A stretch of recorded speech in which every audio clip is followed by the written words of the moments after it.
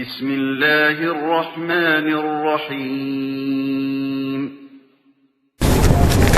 إن الحمد لله نحمده ونستعينه ونستغفره ونؤمن به ونتوكل عليه ونعوذ بالله من شرور أنفسنا ومن سيئات أعمالنا من يهده الله فلا مضل له ومن يضلله فلا هادي له وأشهد أن لا إله إلا الله وحده لا شريك له وأشهد أن محمدا عبده ورسوله اللهم صل على محمد وعلى آل محمد كما صليت على إبراهيم وعلى آل إبراهيم إنك حميد مجيد اللهم بارك على محمد وعلى آل محمد كما باركت على إبراهيم وعلى آل إبراهيم إنك حميد مجيد يا أيها الناس اتقوا ربكم الذي خلقكم من نفس واحدة وخلق منها زوجها وبث منهما رجالا كثيرا ونساء واتقوا الله الذي تساءلون به والأرحام إن الله كان عليكم رقيبا يا أيها الذين آمنوا اتقوا الله حق تقاته ولا تموتن إلا وأنتم مسلمون يا أيها الذين آمنوا اتقوا الله وقولوا قولا سديدا يصلح لكم أعمالكم ويغفر لكم ذنوبكم ومن يطع الله ورسوله فقد فاز فوزا عظيما فإن أصدق الحديث كتاب الله وخير الهدي هدي محمد صلى الله عليه وسلم وشر الأمور محدثاتها وكل محدثة بدعة وكل بدعة ضلالة وكل ضلالة في النار أما بعد எல்லா புகழும் வல்லனாயின் அல்லாஹ் ஒருவனுக்கே சொந்தம் அல்ஹம்துலில்லாஹ் ஸலவாத்தும் ஸலாமும் அருமை தூதர் நபியுல்லாஹி ஸல்லல்லாஹு அலைஹி வஸல்லம் அவர்கள் மீதும் அன்னவர்களது தோழர்கள் மீதும் அன்னவர்களை துயர்ந்தவர்கள் தொடர்ந்தவர்கள் முஸ்லிம்கள் முஃமின்கள் நம் அனைவர் மீதும் என்றென்றும் உண்டாவதாக நான் பிரார்த்தித்ததன் பின் அல்லாஹு தஆலாவுடைய இறை இல்லத்திலே ஒன்று குழுமி இருக்கும் அல்லாஹ்வின் நல்லடியார்களே, அன்பிற்குரிய சகோதரர்களே, அன்பிற்குரிய தாய்மார்களே, இந்த நல்ல நேரத்திலே நாம் இந்த உலகத்திலே வாழும் பொழுது ஒரு முக்கியமான நோக்கத்தோடு நாம் வாழ வேண்டும், முக்கியமான ஒரு எதிர்பார்ப்போடு வாழ வேண்டும். இந்த உலகத்துடைய வாழ்க்கை நிரந்தரமான வாழ்க்கை கிடையாது. நாம் ஒரு நிரந்தரமான வாழ்க்கையை தயார்படுத்துவதற்காக வேண்டி அல்லாஹ் சுப்ஹானஹு வ தஆலா இந்த உலக வாழ்க்கையை எமக்கு தந்திருக்கிறான்.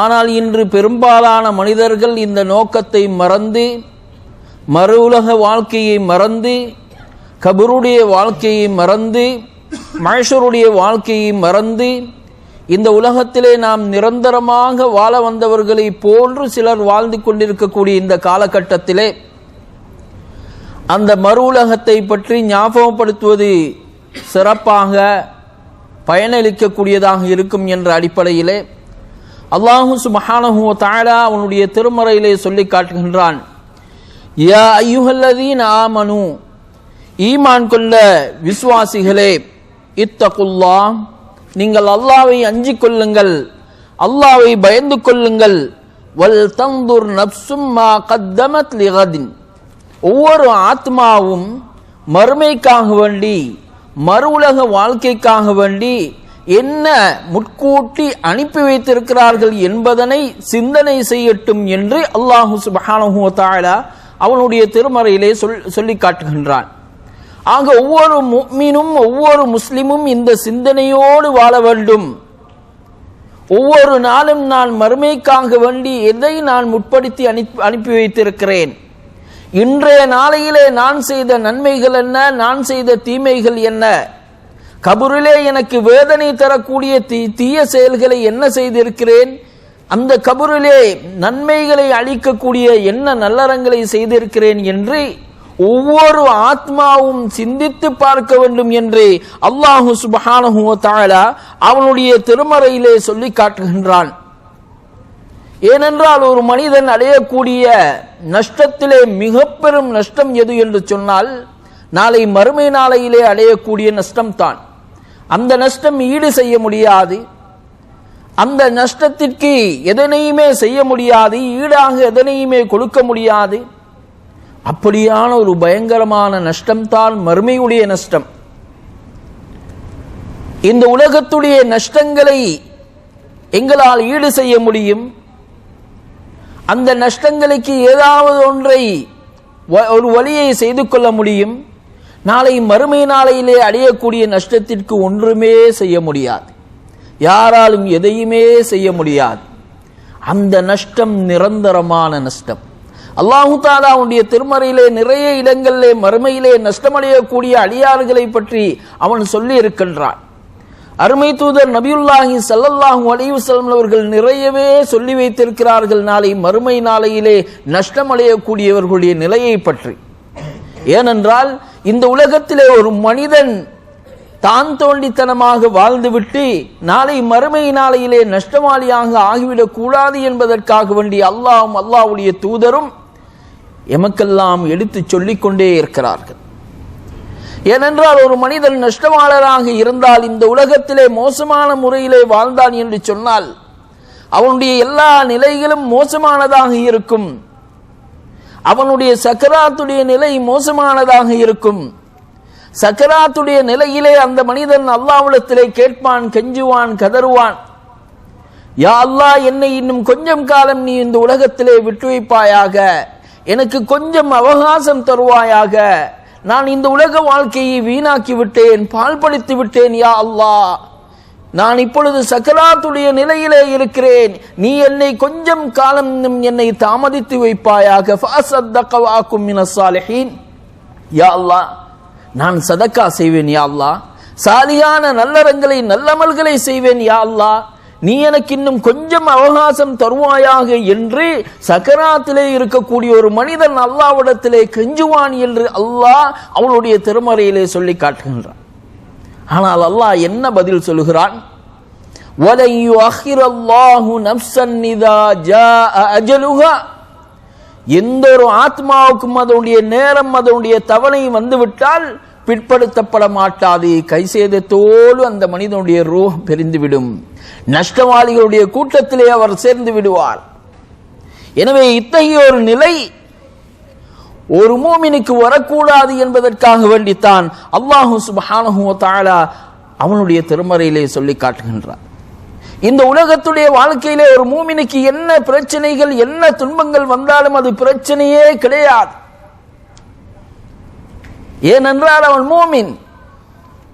அவனுக்கு இந்த உலக வாழ்க்கை நிரந்தரம் கிடையாது.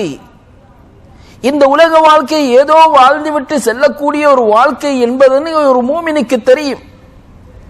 எனவே தான் ரசூலுல்லாஹி ஸல்லல்லாஹு அலைஹி வஸல்லம் அவர்கள் சொன்னார்கள், அஜபன் லி அம்ரில் முஃமின். ஒரு மூமினுடைய விஷயம் ஆச்சரியமானது. ஏனென்றால் அந்த மூமினுக்கு ஒரு கைர் நடந்தால் அவன் அல்லாஹ்வை புகழ்ந்து விடுவான். அவனுக்கு ஒரு சோதனை, முசீபத்து, பிரச்சனை வந்து விட்டால் அவன் அதிலே பொறுமையாக இருப்பான். இந்த நிலை ஒரு மூமினுக்கு மாத்திரம் தான் வரும் என்று ஸல்லல்லாஹு அலைஹி வஸல்லம் அவர்கள் சொல்லுகிறார்கள். எனவே உலகத்துடைய விஷயத்திலே ஒரு மூமின் கஷ்டப்பட மாட்டான், ஒரு மூமின் கவலை அடைய மாட்டான். எது நடந்தாலும் அல்லாஹ்வின் நாட்டத்தின் பிரகாரம் நடைபெற்று விட்டது. நன்மையோ தீமையோ நஷ்டமோ இலாபமோ எது நடந்தாலும் அல்லாஹ்வுடைய நாட்டத்தின் பிரகாரம் நடந்தது என்று அவன் அந்த தீமையாக இருந்தால் பொறுமையாக இருப்பான், நன்மையாக இருந்தால் அல்லாஹ்வுக்கு நன்றி செலுத்துவான். ஆனால் அன்பிற்குரிய சகோதரர்களே, மறுமையுடைய நஷ்டம் அப்படியானதல்ல. மறுமையிலே ஒரு மூமினுக்கு, ஒரு முஸ்லிமுக்கு அப்படியாக இருக்க முடியாது. மறுமையிலே மனிதர்கள் யாராக இருந்தாலும், உலகத்திலே பாவம் செய்தவர்களாக இருந்தால் அந்த மறுமையுடைய நாளையிலே அவர்கள் கைசேதமடைவார்கள், அவர்கள் கவலைப்படுவார்கள், அல்லாஹ்விடத்திலே இறைஞ்சுவார்கள், கெஞ்சுவார்கள். அல்லாஹ் அவனுடைய திருமறையிலே சொல்லுகின்றான், வலவ் தரா இதில் முஜ்ரிமூன நாகிசு ரூஸிஹிம் இன்த ரப்பிஹிம் ரப்பனா அப்ஸர்னா வஸமிஅனா ஃபர்ஜி'னா நஅமல் ஸாலிஹன் இன்னா மூகினூன். நாளை மறுமையுடைய நாளையிலே நபியே, நீர் குற்றவாளிகளை காண்பீர்களாக இருந்தால், பாவிகளை காண்பீர்களாக இருந்தால், உலகத்திலே மனம் போன போக்கிலே வாழ்ந்தார்கள், உலகத்திலே நல்லறங்கள் செய்யவில்லை, உலகத்திலே இபாதத்துகள் அமல்கள் செய்யாமல் மரணித்த ஒரு பாவியை நீங்கள் நாளை மறுமையுடைய நாளினை நபியே நீர் காண்பீராக இருந்தால், நாகிசு ரூஸீம் இன்த ரப்பிஹிம், அவர்கள் தங்களுடைய ரப்புக்கு முன்னால், இறைவனுக்கு முன்னால் தங்களுடைய தலையை கீழே போட்டவர்களாக, அவர்கள் தலையை கீழே போட்டவர்களாக இருப்பார்கள்.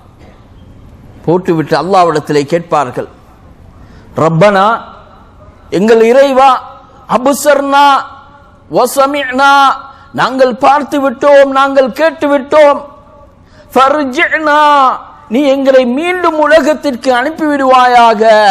சக்கராத்துடைய நிலையிலே அல்லாஹ்விடத்திலே கெஞ்சி கேட்பான்.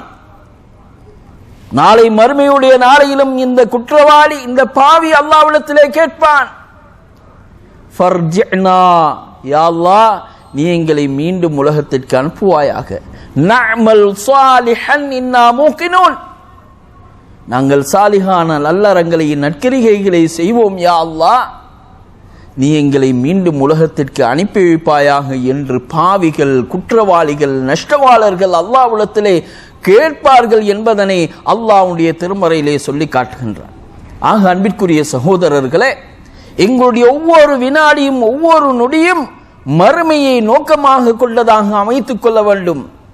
மறுமையிலே நாம் வெற்றி பெற வேண்டும் என்ற நோக்கத்திலே இந்த உலகத்திலே வாழ வேண்டும். மறுமையிலே அருமை தூதர் நபியுல்லாஹி ஸல்லல்லாஹு அலைஹி வஸல்லம் அவர்களோடு எழுப்பாட்டப்பட வேண்டும் என்ற எண்ணத்திலே வாழ வேண்டும்.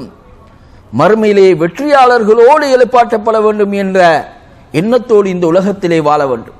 அன்பிற்குரிய சகோதரர்களே, எங்களுக்கெல்லாம் தெரியும், அபூ தஹ்தா ரலியல்லாஹு தஆலா அன்ஹு அவர்களும் அவர்களுடைய குடும்பத்தினரும் செய்த தியாகம். ஒரு முறை ரசூலுல்லாஹி ஸல்லல்லாஹு அலைஹி வஸல்லம் அவர்களிடத்திலே ஒரு மனிதர் வந்து சொல்கிறார், அல்லாஹ்வின் தூதரே, என்னுடைய இந்த காணிக்கு நான் வேலி போட வேண்டும், ஒரு பெரிய காணி, அதற்காக வேண்டி நான் ஒரு வேலி போட வேண்டும். ஆனால் அந்த காணி போட, அந்த வேலி போடக்கூடிய இடத்திலே ஒரு நபருக்கு சொந்தமான ஒரு மரம் இருக்கிறது, அவருக்கு ஒரு சிறிய இடம் மாத்திரம்தான் இருக்கிறது. அந்த இடத்திலே அவர் அனுமதி தருகிறார் இல்லை. அந்த மரத்தை நான் விலைக்கு வாங்க கேட்டால் அதற்கும் அவர் அனுமதி தருகிறார் இல்லை என்று ரசூலுல்லாஹி ஸல்லல்லாஹு அலைஹி வஸல்லம் அவர்களிடத்திலே சொன்னவுடனே ஸல்லல்லாஹு அலைஹி வஸல்லம் அவர்கள் அந்த மனிதரை அழைக்கிறார். அழைத்து அந்த மனிதரிடத்திலே கேட்கிறார்,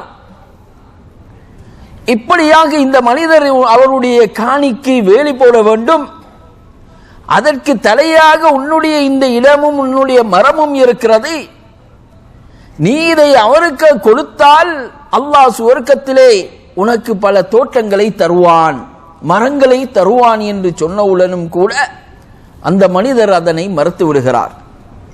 அந்த மனிதர் அதனை மறுத்து விடுகிறார். இந்த செய்தி அபூ தஹ்தா ரலியல்லாஹு தஆலா அன்ஹு அவர்கள் கேள்வி வருகிறார்கள், அவர்களுக்கு தெரிய வருகிறது. தெரிய வந்தவுடனே அபூ தஹ்தா ரலியல்லாஹு தஆலா அன்ஹு அவர்கள் பெரிய ஒரு தோட்டம், மிகப்பெரிய ஒரு தோட்டம், ஈத்தம் மரங்கள் நிறைந்த ஒரு தோட்டம், அந்த தோட்ட உடையக்காரர் அபூ தஹ்தா ரலியல்லாஹு தஆலா அன்ஹு அவர்கள்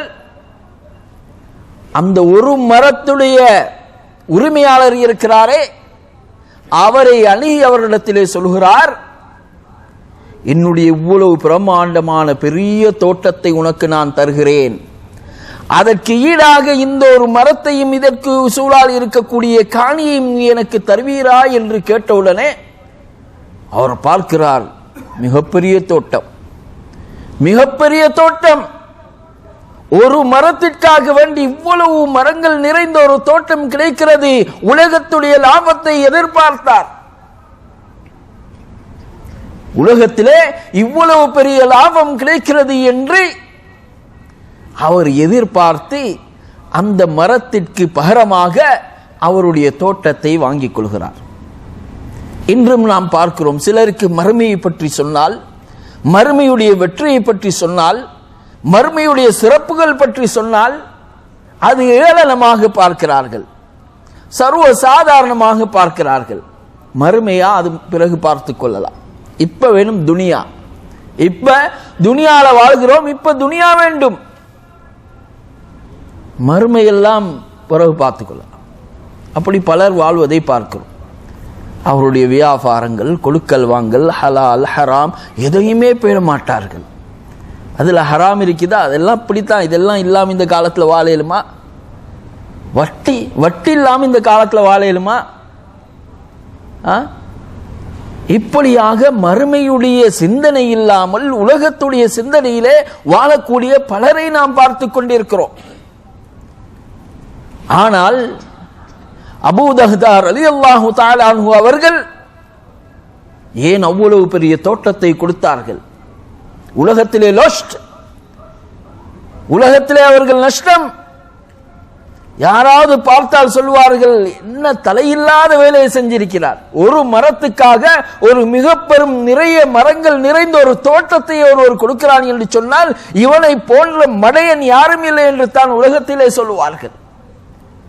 ஆனால் அபூ தஹ்தா ரலியல்லாஹு தஆலா அன்ஹு அவர்கள் கொடுத்தார்கள்.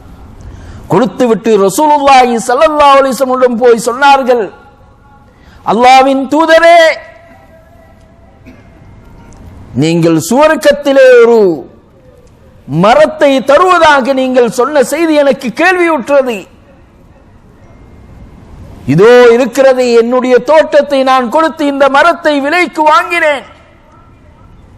அந்த மனிதருக்கு இதை கொடுங்கள், அவர் அதற்குரிய வேலியை போட்டுக் கொள்வதற்காக வேண்டி கொடுத்து விடுங்கள், எனக்கு சுவர்க்கத்திலே மரங்கள் வேண்டும். ரசூலுல்லாஹி ஸல்லல்லாஹு அலைஹி வஸல்லம் அவர்களுடைய அந்த வாக்கு, சுவர்க்கம் கிடைக்க போகிறது என்ற அந்த சந்தோஷம், உலகத்திலே எதை இழந்தாலும் சரி, உலகத்திலே எத்தனை மரங்களை இழந்தாலும் சரி, எத்தனை இலாபத்தை ஈட்டித்தரக்கூடிய தோட்டம் இழந்தாலும் சரி, சுவர்க்கம் கிடைக்கிறது, சுவர்க்கத்திலே தோட்டங்கள் மரங்கள் கிடைக்கிறது என்ற உடனே உலகத்தை மறந்து விட்டார்கள். சொல்லிவிட்டு அவர்கள் அபூ தஹ்தா ரலியல்லாஹு தஆலா அன்ஹு அவர்கள் தோட்டத்திற்கு செல்லுகிறார்கள். அங்கே தன்னுடைய குடும்பத்தினர்கள் வாழ்ந்து கொண்டிருக்கிறார்கள், தன்னுடைய மனைவி மக்கள் அந்த தோட்டத்திலே இருக்கிறார்கள். அப்பொழுது அபூ தஹ்தா ரலியல்லாஹு தஆலா அன்ஹு அவர்கள் சொல்கிறார்கள், எனது மனைவியே, நீங்கள் தோட்டத்தை விட்டு வெளியிலே வந்து விடுங்கள், தோட்டத்திலே இருந்து நீங்கள் வெளியிலே வந்து விடுங்கள். இந்த தோட்டத்தை சுவர்க்கத்தின் மரங்களுக்காக வேண்டி நான் விற்பனை செய்து விட்டேன், நான் கொடுத்து விட்டேன். அந்த தாய், சுப்ஹானல்லாஹ், அந்த தாய் சொன்ன வார்த்தையை பாருங்கள். இன்றைக்கு எங்கள்ல சிலர் என்று சொன்னால், இப்படி ஒன்று செஞ்சிட்டோம் என்று சொன்னால் உடனே பிரச்சனை தான். என்ன கொஞ்சம் சரி யோசிக்கிற இல்லையா, அது அப்படியே கொடுத்துட்டீங்களா, எத்தனை பிள்ளைகள் இருக்கிறாங்க, வருமானம் ஒன்று இல்லையே, இப்படி செஞ்சாங்கன்னு ஒரு சிலர் கதைக்கலாம். சாதாரண ஒன்றை செலவழித்தால் கூட ஒரு நல்ல காரியத்திற்காக வேண்டி சில பெண்கள் இப்படியாக பேசக்கூடியவர்கள் இருக்கிறார்கள். நிறைய பேர் அல்ஹம்துலில்லாஹ் உதவியாகவும் இருக்கிறார்கள். இந்த உம்மு தஹ்தா ரலியல்லாஹு தஆலா அன்ஹா அவர்கள் சொல்கிறார்கள், அபூ தஹ்தாவே, நீங்கள் லாபகரமான ஒரு பிசினஸை செய்து வந்திருக்கிறீர்கள், நீங்கள் லாபகரமான ஒரு வியாபாரத்தை செய்து வந்திருக்கிறீர்கள் என்று முக மலர்ச்சியோடு அந்த தாய் சொல்லுகின்றாள் என்று சொன்னால், அந்த குடும்பம் எந்த வெற்றியை பார்த்தார்கள், அந்த குடும்பத்தினர்கள் எந்த இலாபத்தை எதிர்பார்த்தார்கள்? மறுமையுடைய இலாபத்தை தான் எதிர்பார்த்தார்கள், மறுமையுடைய வெற்றியை தான் எதிர்பார்த்தார்கள், மறுமைக்காக வேண்டி தான் வாழ்ந்தார்கள், மறுமைக்காக வேண்டியே தான் வாழ்ந்தார்கள். அவருடைய ஒவ்வொரு மூச்சும் மறுமையை நோக்கமாக கொண்டதாகத்தான் இருந்தது. அந்த அபூ தஹ்தா ரலியல்லாஹு தஆலா அன்ஹு அவர்கள், உம்மு தஹ்தா ரலியல்லாஹு தஆலா அன்ஹா ஆகியோர்களை எல்லாம் நாளை மறுமையுடைய நாளையிலே நாம் சந்திப்போம் இன்ஷா அல்லாஹ். அவர்கள் எல்லோரும் எத்தனை தியாகங்கள் செய்திருக்க, நாங்கள் மார்க்கத்திற்காக, தீனுக்காக, இஸ்லாத்திற்காக வேண்டி என்ன தியாகம் செய்திருக்கிறோம்? எங்களுடைய மன்னரை வாழ்க்கைக்காக வேண்டி நாங்கள் என்னை முற்படுத்தி அனுப்பி வைத்திருக்கிறோம். இந்த பண்பு எங்களிடத்திலே வர வேண்டும். அன்பிற்குரிய சகோதரர்களே, அன்பிற்குரிய தாய்மார்களே, இந்த உலகத்திலே நிரந்தரமாக வாழ வந்தவர்கள் கிடையாது. நாங்கள் இன்றோ நாளையோ இந்த உலகத்தை விட்டு நாங்கள் செல்ல இருக்கக்கூடியவர்கள். மன்னரை எங்களை எதிர்பார்த்து கொண்டிருக்கிறது. ஒவ்வொரு நாளும் மன்னரையை முன்னோக்கி சென்று கொண்டிருக்கிறோம். ஒவ்வொரு நாளும் கபுரறையை முன்னோக்கி சென்று கொண்டிருக்கிறோம். அந்த கபுரறைக்காக வேண்டி என்ன சம்பாதித்து அனுப்பி வைத்திருக்கிறோம்? அந்த கபுரறைக்காக வேண்டி நாங்கள் என்ன தேடி வைத்திருக்கிறோம்? எங்களுடைய அமல்களின் இபாதத்துகள் நிலைகள் என்ன? எங்களுடைய குர்ஆன் திலாவத்துடைய நிலை என்ன? எங்களுடைய காலை மாலை அதுகார் திக்ர்களுடைய நிலை என்ன? எங்களுடைய வியாபாரம் எப்படி இருக்கிறது? எங்களுடைய கொடுக்கல் வாங்கல் எப்படி இருக்கிறது? எங்களுடைய அஹ்லாக்கள், பண்புகள், பழக்க வழக்கங்கள் எப்படி இருக்கிறது? இவைகளை எல்லாம் சிந்திக்க கடமைப்பட்டவர்களாக இருக்கிறோம். திடீரென்று மரணம் வந்துவிடும், திடீர் என்று மௌத்து வந்துவிடும். அந்த நேரத்திலே கவலைப்படுவதிலே எந்த அர்த்தமும் கிடையாது. இதே போன்ற ஒரு வரலாறு செய்தியை தான் நாம் எல்லோரும் தெரிந்து வைத்திருக்கிறோம். அபூ தல்ஹா ரலியல்லாஹு தஆலா அன்ஹு அவர்களுக்கும் மதீனா நகரத்திலே மிக பெரும் தோட்டங்களுக்கு சொந்தக்காரர்கள் தான் அவர்கள். அபூ தல்ஹா ரலியல்லாஹு தஆலா அன்ஹு அவர்கள் மிக பெரும் ஒரு செல்வந்தர். ரசூலுல்லாஹி ஸல்லல்லாஹு அலைஹி வஸல்லம் அவர்கள் மஸ்ஜிது நபவிக்கு முன்னால் இருக்கக்கூடிய அபூ தல்ஹா ரலியல்லாஹு தஆலா அன்ஹுவுடைய தோட்டத்திலே போய் ஓய்வெடுப்பார்கள். அங்கே இருக்கக்கூடிய அந்த மருதமான தண்ணீரை அருந்துவார்கள். அப்படியான ஒரு தோட்டம். அல்லாஹு சுப்ஹானஹு வ தஆலா அவனுடைய திருமறை வசனத்தை இறக்குகின்றான். லன் தனாலுல் பிர்ர ஹத்தா துன்ஃபிகு மிம்மா துஹிப்பூன். லன் தனாலுல் பிர்ர, நீங்கள் நன்மையை அடைந்து கொள்ள மாட்டீர்கள், நன்மையை அடைந்து கொள்ள மாட்டீர்கள். ஹத்தா துன்ஃபிகு மிம்மா துஹிப்பூன், நீங்கள் விரும்பக்கூடியவைகளை அல்லாஹ்வுடைய பாதையிலே செலவழிக்காத வரையில் நீங்கள் நன்மையை பெற்றுக்கொள்ள மாட்டீர்கள் என்ற திருக்குர்ஆனுடைய வசனத்தை அல்லாஹ் இறக்குகிறான். அபூ தல்ஹா ரலியல்லாஹு தஆலா அன்ஹு அவர்கள் தனக்கு மிக மிக விருப்பமான அந்த பைருகா என்ற தோட்டத்தை ரசூலுல்லாஹி ஸல்லல்லாஹு அலைஹி வஸல்லம் இடத்திலே வந்து சொல்கிறார், அல்லாஹ்வின் தூதரே, திருக்குர்ஆனுடைய வசனம் இப்படி இறங்கியது, எனக்கு மிகவும் விருப்பமான தோட்டம் பைருகாவை நான் ஹதியாவாக, சதகாவாக நான் தருகிறேன் என்று அபூ தல்ஹா ரலியல்லாஹு தஆலா அன்ஹு அவர்கள் சொன்ன உடனே ரசூலுல்லாஹி ஸல்லல்லாஹு அலைஹி வஸல்லம் அவர்கள் சொன்னார்கள், அபூ தல்ஹாவே, அதை உங்களுடைய குடும்பத்தினர்களுக்கு நீங்கள் பங்கிட்டுக் கொடுங்கள் என்று ஸல்லல்லாஹு அலைஹி வஸல்லம் அவர்கள் சொல்ல அபூ தல்ஹா ரலியல்லாஹு தஆலா அன்ஹு அவர்கள் அப்படியே செய்து விடுகிறார்கள். அன்பிற்குரிய சகோதரர்களை, ஏன் செய்தார்கள்? எதற்காக வேண்டி செய்தார்கள்? மறுமையுடைய வெற்றிக்காக வேண்டி செய்தார்கள். மறுமையுடைய வெற்றிக்காக வேண்டி செய்தார்கள். உலகத்துடைய வெற்றியை பார்க்கவில்லை, உலகத்துடைய இலாபத்தை பார்க்கவில்லை, உலகத்துடைய நஷ்டத்தை பார்க்கவில்லை. மறுமையை நோக்கமாக கொண்டு வாழ்ந்தார்கள். மறுமையிலே சுவர்க்கம் கிடைக்க வேண்டும், அல்லாஹ்வுடைய திருப்பொருத்தம் கிடைக்க வேண்டும், அல்லாஹ்வுடைய விருப்பம் கிடைக்க வேண்டும் என்பதற்காக வேண்டி அவர்கள் தங்களுக்கு விருப்பமானவைகளை எல்லாம் அல்லாஹு தஆலாவுடைய பாதையிலே அவர்கள் கொடுத்து விடுகிறார்கள், கொடுத்து விட்டார்கள். எனவே எங்களிடத்திலே இன்று இந்த பண்பு இருக்கிறதா?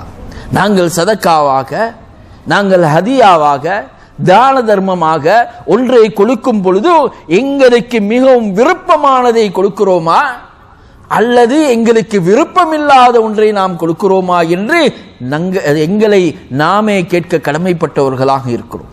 இந்த பண்பு எங்களிடத்திலே இருக்கிறதா? அல்லாஹ் சொல்லக்கூடிய இந்த பண்பு எங்களிடத்திலே இருக்கிறதா? நாம் யாருக்காவது ஒன்று கொடுப்பதாக இருந்தால், உணவாக இருக்கலாம், உடையாக இருக்கலாம், வேறு ஏதேனும் ஒன்றாக இருக்கலாம், பலர் கொடுக்கிறார்கள். தனக்கு வேண்டாம் என்று வீசக்கூடிய ஒன்றை கொடுக்கக்கூடிய நிலையை பார்க்கிறோம். தமக்கு வேண்டாம், தம்மால் பாவிக்க முடியாது என்ற ஒன்றை பிறருக்கு கொடுக்கக்கூடிய நிலையை பார்க்கிறோம். தான் விரும்பக்கூடிய, தனக்கு விருப்பமான ஒன்றை கொடுக்கக்கூடியவர்கள் மிக மிக குறைவாக இருக்கிறது. ரசூலுல்லாஹி ஸல்லல்லாஹு அலைஹி வஸல்லம் அவர்கள் தங்களுக்கு கிடைத்த ஒரு அழகான ஆடையை ஒரு நபித்தோழர் வந்து சொல்கிறார், அழகாக இருக்கிறது, அதை அவர் விரும்புகிறார். ஸல்லல்லாஹு அலைஹி வஸல்லம் அவர்கள் உடனே அதை கொடுத்து விடுகிறார்கள். தனக்கு விருப்பமானதை உடனே கொடுத்து விடுகிறார்கள். இந்த பண்பெல்லாம் எங்களிடத்திலே வளர்த்துக் கொள்ள வேண்டும். இந்த நற்பண்புகளை எல்லாம் எங்களிடத்திலே வளர்த்துக் கொள்ள வேண்டும்.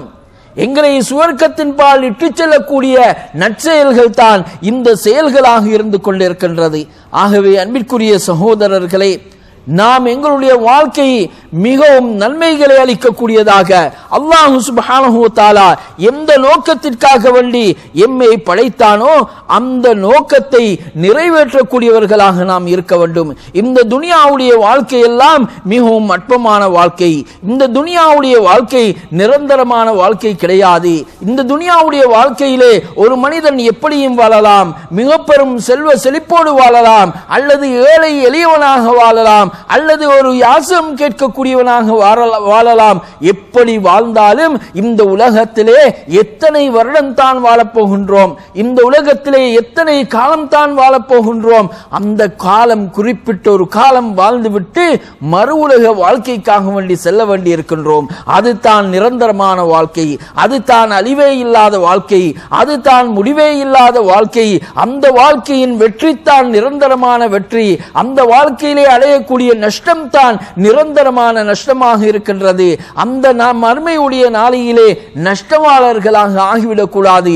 நஷ்டவாளர்கள் எல்லோரும் மறுமையுடைய நாளையிலே அவருடைய கைகளை எல்லாம் சப்பி துப்புவார்கள் என்று அல்லாஹ் சுப்ஹானஹு வ தஆலா அவனுடைய திருமறையிலே சொல்லி காட்டுகின்றான். அந்த மறுமையுடைய நாளையிலே யாரும் யாருக்கும் உதவி செய்ய முடியாது, அனைவரும் ஓடிவிடுவார்கள். அவரவர்களுடைய நிலைமைகளை தான் அவர்கள் பார்த்துக் கொள்வார்கள். யௌம யஃபிருல் மர்உ மின் அஹி வ உம்மிஹி வ அபீஹி வ ஸாஹிபதிஹி வ பனீஹி. அல்லாஹ் அவனுடைய திருமறையிலே சொல்லி காட்டுகின்றான், நாளை மறுமையுடைய நாளையிலே ஒவ்வொரு மனிதர்களும் விரண்டோடுவார்கள்.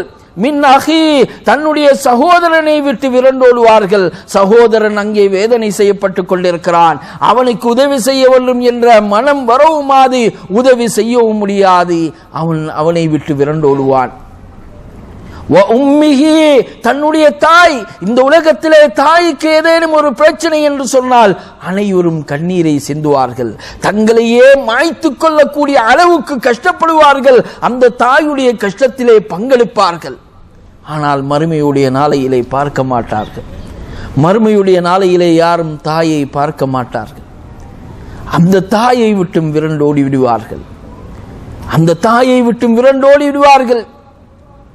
வாபி, தன்னுடைய தந்தை வேதனை செய்யப்பட்டுக் கொண்டிருக்கிறார். அந்த தந்தைக்கு உதவுவோமே, என்னுடைய அமலை கொடுப்போமே, அந்த எண்ணம் மறுமையுடைய நாளையிலே யாருக்கும் பிறக்காது. அப்படியான ஒரு நாளைத்தான் நானும் நீங்களும் சந்திக்க இருக்கிறோம். அப்படியான ஒரு நாளை நாம் எதிர்பார்த்துக் கொண்டிருக்கிறோம். வசாஹிபதிஹி, தன்னுடைய மனைவி, தன்னோடு தோளோடு தோள் நின்ற மனைவி, இன்ப துன்பங்களில் எல்லாம் பங்கு கொண்ட மனைவி, அந்த மனைவி மறுமையிலே வேதனை செய்யப்பட்டுக் கொண்டிருக்கிறாள் என்று சொன்னால் அந்த மனைவிக்கு உதவி செய்ய வேண்டும் என்ற எண்ணம் பிறக்காது, விரண்டோடி விடுவார்கள். தங்களுடைய மக்கள், தங்களுடைய குழந்தைகள், இன்று குழந்தைகள் என்று சொன்னால் குழந்தைக்கு ஒரு துன்பம் வந்தால் எவ்வளவு பெற்றோர்கள் கஷ்டப்படுகிறார்கள். பல பெற்றோர்கள் இன்று கடல் கடந்து வந்திருக்கிறார்கள். யாருக்காக? அந்த குழந்தைகளுக்காக, அந்த குழந்தைகளுடைய எதிர்காலத்திற்காக, அந்த குழந்தைகளுடைய படிப்புக்காக, அந்த குழந்தைகளுடைய நல்ல நிலைமையை ஏற்படுத்த வேண்டும் என்பதற்காக வேண்டி வந்திருக்கின்றோம். ஆனால் மறுமையுடைய நாளையிலே குழந்தைகள் வேதனை செய்யப்பட்டு கொண்டிருப்பார்கள், பெற்றோர்கள் விரண்டோடி விடுவார்கள். இப்படியான ஒரு பயங்கரமான நாளைத்தான் நானும் நீங்களும் எதிர்பார்த்து கொண்டிருக்கிறோம். இந்த நாள் மிகவும் தூரமா? நிச்சயமாக கிடையவே கிடையாது. அல்லாஹ் சொல்கின்றான், இந்த நாள் மிக நெருக்கமாக இருக்கிறது.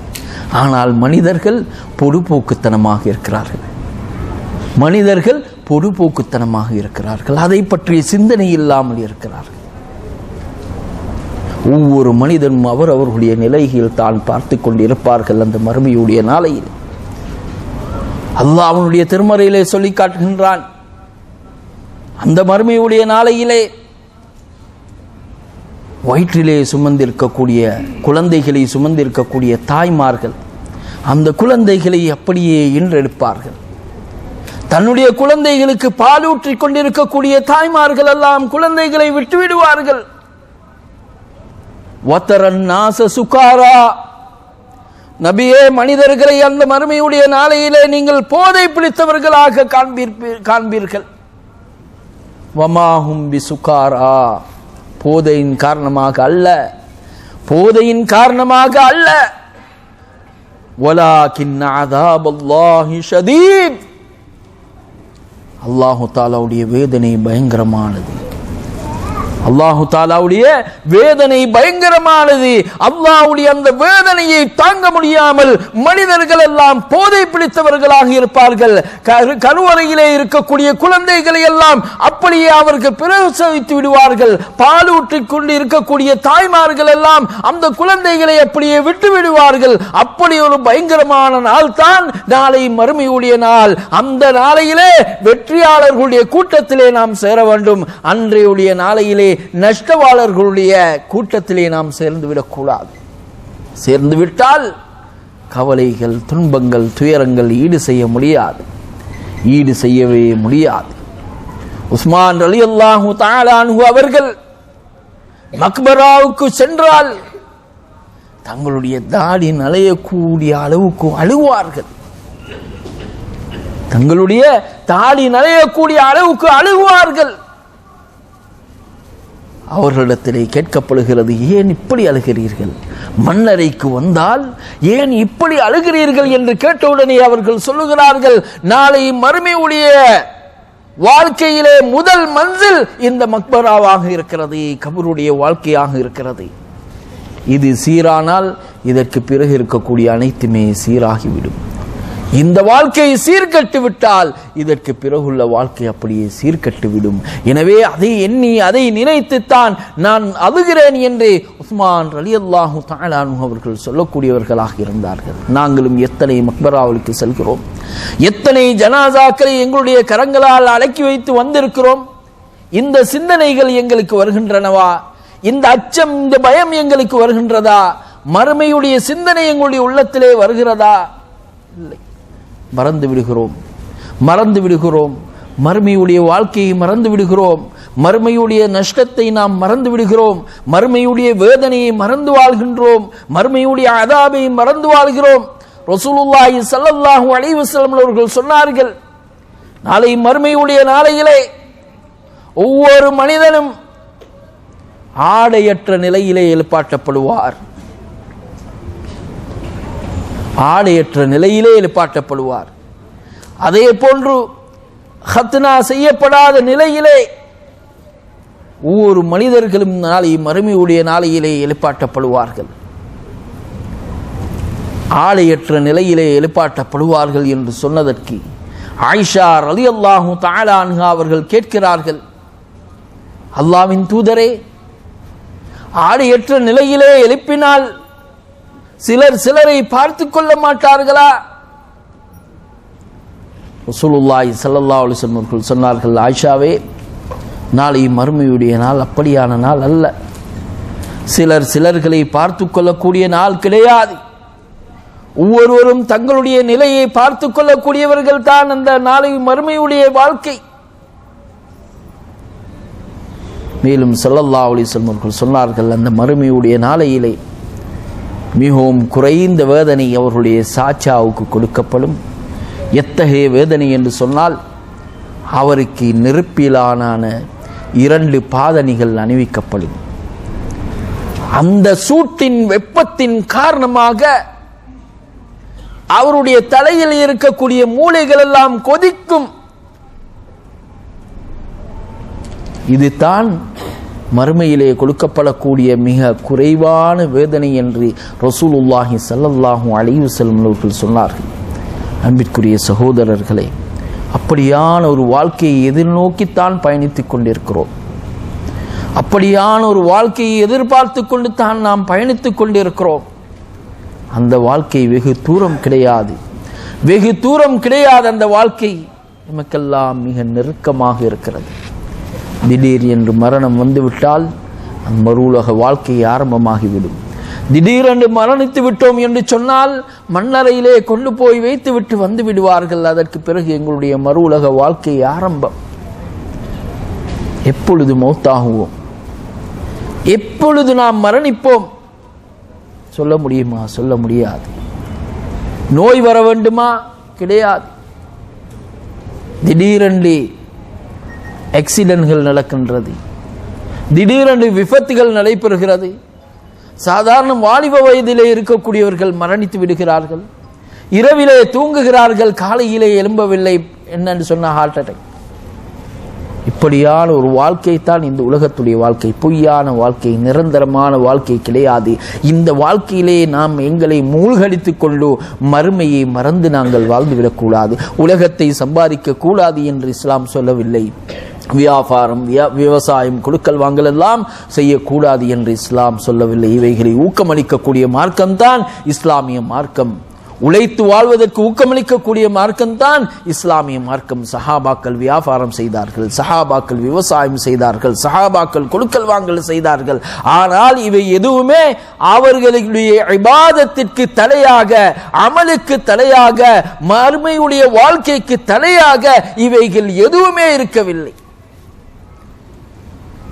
அல்லாஹ் சுப்ஹானஹு வ தஆலா அவனுடைய திருமலையிலே சொல்கின்றான், யா அய்யுஹல்லதீன ஆமனூ லா துல்ஹிகும் அம்வாலுக்கும் வலா அவுலாதுக்கும் அன் ஸிக்ரில்லாஹ் வ மன் யஃஅல் ஸாலிக ஃபஉலாயிக ஹுமுல் காஸிரூன்.